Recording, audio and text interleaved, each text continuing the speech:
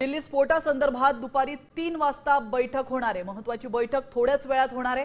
केंद्रीय गृह मंत्रालयात ही बैठक होणार असल्याची माहिती मिळते आहे। तपास यंत्रणांचे अधिकारी या ठिकाणी उपस्थित राहणार आहेत। सकाळी अमित शहांच्या निवासस्थानी ही बैठक झाली आहे आणि अमित शहांच्या अध्यक्षतेखाली सकाळीही गृह मंत्रालयाची बैठक झाल्याचं आपण पाहिलं। त्यासाठी डीजी एनआयए दिल्ली पोलीस आयुक्त या बैठकीला उपस्थित होते आणि यावेळी अमित शहांनी दिल्ली स्फोटाची कसून चौकशी करण्याचे आदेश दिलेत। आपण पाहिलं काल संध्याकाळी 6:45 ते 7च्या सुमारास मोठा स्फोट दिल्लीमध्ये झालेला आहे। दिल्लीच्या लाल किल्ल्याजवळ असलेल्या मेट्रो स्टेशनच्या गेट नंबर 1 वरती हा स्फोट झालाय आणि त्या पार्श्वभूमीवर अमित शहांनी आता महत्त्वाचे निर्देश दिलेत।